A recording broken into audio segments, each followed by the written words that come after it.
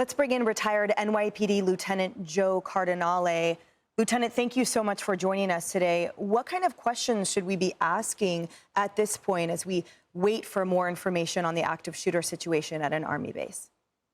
No, I think the main focus right now is the lockdown. I think, if I'm correct, I believe that's about 5 counties at this base, abuts, counties that go through it. It's the largest installation east of the Mississippi for the 3rd Infantry. So that's going to be, it's a large base. It's so many counties. I think what you should be looking for is where they want the outside intervention to come in with this. They have to contain everything from within the base, get everything shut down there first, and then bring everybody in as needed.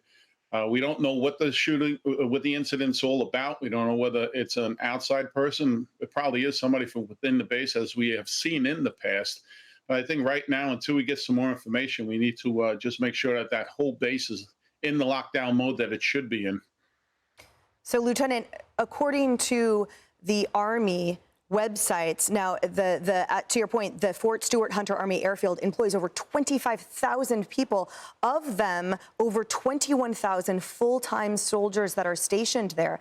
Now, as we learned from the original press release from Fort Stewart, there's a section that is currently remaining on lockdown while the rest of the base is open. So how difficult is that to lock down a portion, and what does that look like for the rest of the base as it's open if law enforcement and emergency services are trying to get and arrive to the point of the impact there?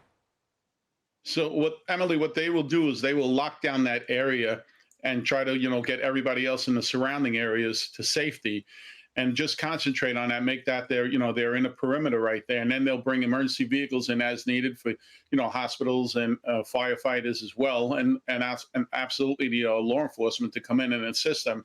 But they will take the lead on this on the inside perimeter there, and they'll set people up accordingly.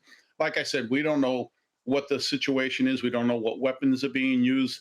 We don't know if somebody, a member of the Army that's, has some unstable issues right now, like we have seen in the past. So I think until everything unravels, the main thing is to just secure the location that they have.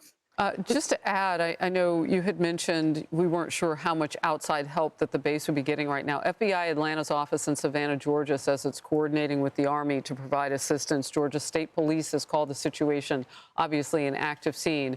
And it was assisting with the securing of the perimeter. So I mentioned those gates that were locked on and off post.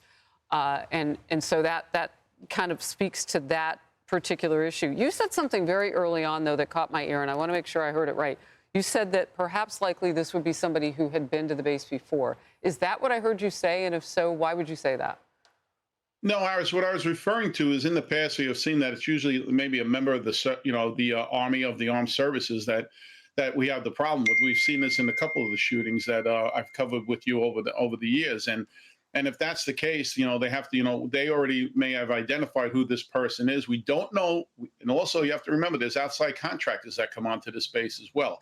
So we don't know the nature of the shooter, who it is, and what the circumstances are. But the fact that they have a certain area locked down, that's a good thing. So it's not rampant across that whole base. It is a very large base, as you know. So, once again, until they lock down this entire area and start getting everybody to safety, and on the outside, as you stated before, all the schools are automatically in lockdown, and the FBI, ATF, everybody will be coming into play with this.